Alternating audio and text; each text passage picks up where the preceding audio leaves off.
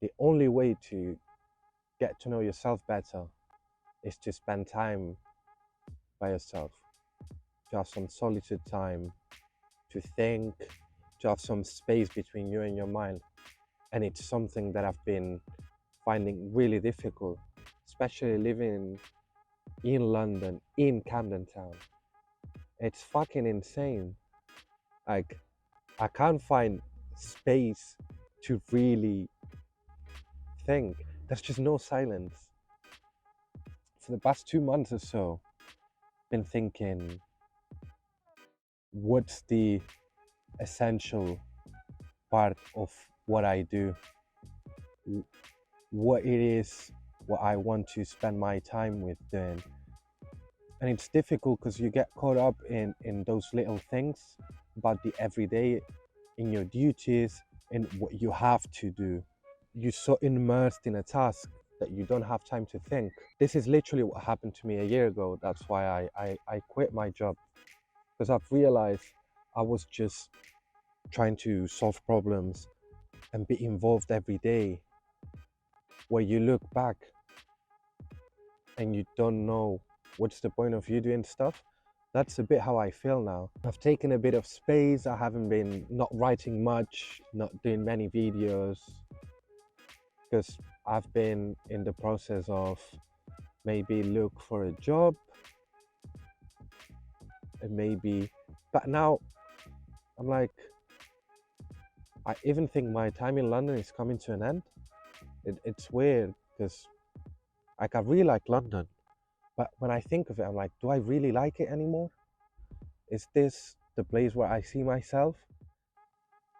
Because when I try to think about the long term, it's not a place where I see myself at. But if I don't change anything now, that's how things are going to end, right? I like this phrase that goes like, what's the what how does a perfect day look like for you, right? If you're trying to stay in shape and today you didn't go to the gym, in 6 months, if every day was like today, you would be in worse shape. So that's how I like to think about my days. Like, I like to this I like to dissect days. What's a good day? What does a good day look like? And try to do more of those instead of thinking about longer terms. Just take every day and make it as good as you can, right? I find it really difficult to have space and to think and to really find the essentialism of what I'm thinking of, what I want to achieve. Because I feel so relieved when I go back to my parents' house and it's quiet and like it's a smaller village and uh, and it's a slower type of life. It's the same thing when I spent a couple of months last year in Morocco. It was so good. Like, you really had that space of mind. Whereas here in London, everything is so quick. Like, every time you do something, it's like you increase a gear and you keep going and you keep going and you don't even realize where you're going. It's like the analogy that I tell people: when you walk in central London, everybody's so busy that you just find yourself rushing and walking really quickly. And it's only by the motion of the other people that it's just infecting you, and you take all the energy and all the stress and you absorb it. And that's how you keep yourself stressed and anxious. I think I'm gonna go traveling for a bit, get to think and see what's the important thing for me now, because it definitely is not staying in London. Lately, I've been realizing too that I get cling to stuff. Like, I find it really difficult to give away clothes. I have so many clothes. Uh, and I think about giving them away, selling them, and then I don't want to, then I don't even wear them. Same with shoes. I have so many pairs of shoes. It's crazy. So I might leave my room as well, the place where I've been living for like the past 2 years. See what I do.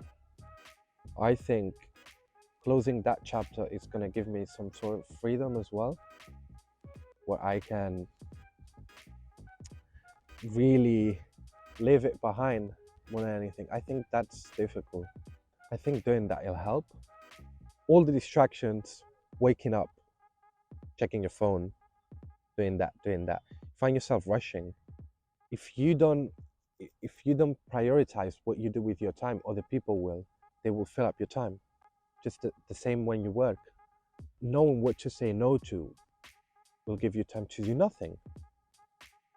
It's crazy how difficult it is to be bored. I try to be bored and I find it really difficult. Like, it's difficult to sit there with your mind and do nothing and just sit with it. Like Naval says, just 30 minutes. Nobody can do that. How crazy. And all this space in the city and the apps that they trying to keep us hooked. And I know what things I would like to do. And I don't do enough of them. I think the first step is knowing the direction you want to go into. It's not about the speed, but what direction. 2 years ago, I was going in a completely different direction that what I wanted to end up at. And then you realizing you switch. And that's the direction where you see your life going. Just do more of that. If at the end of the day, what are the things that if you do would make it a good day? And do more of those every single day. That's how you build a good season, a good momentum, and then eventually a good life.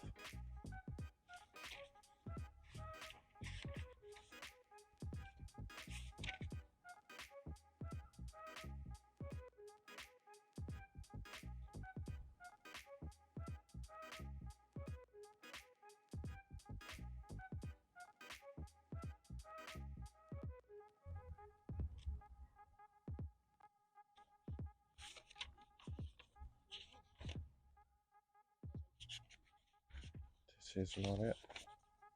The trade-off. Yeah. So I've come to the conclusion there's so many things I want to do, but it's not possible to do everything, right? Like I've realized I can do anything with my time, but I can't do everything. Over the past years, I've been trying different things, but I've never stuck to do anything. And if I don't try to do loads of things at once and keep busy and be always active, I would feel like I was wasting my time. It's not about going horizontally and trying different things, but how deep can you go into one thing? There's so many things we can do with our time. You can do loads of things in a mediocre way, or you can choose and do 2, 3 things and go in deep and do them very well. And that is something that I failed at. Maybe because I have never been sure about what to do. Being proactive and doing well is not about being busy. It's about what things can you say no to. If I realize what are the things I can say no to and to choose not to do, they won't fill up my time, and consequentially I will have more time to do the things that I really want to do and that I can do, and then have space and have time to really think about the things that you go to. Having space and time to think and then go back to a task, it will improve it 100 times more than keeping your mind always busy, not having time to think, not having time to reflect on what you're doing, how you can improve. Doing the essential, it's doing the little things that will really move the needle.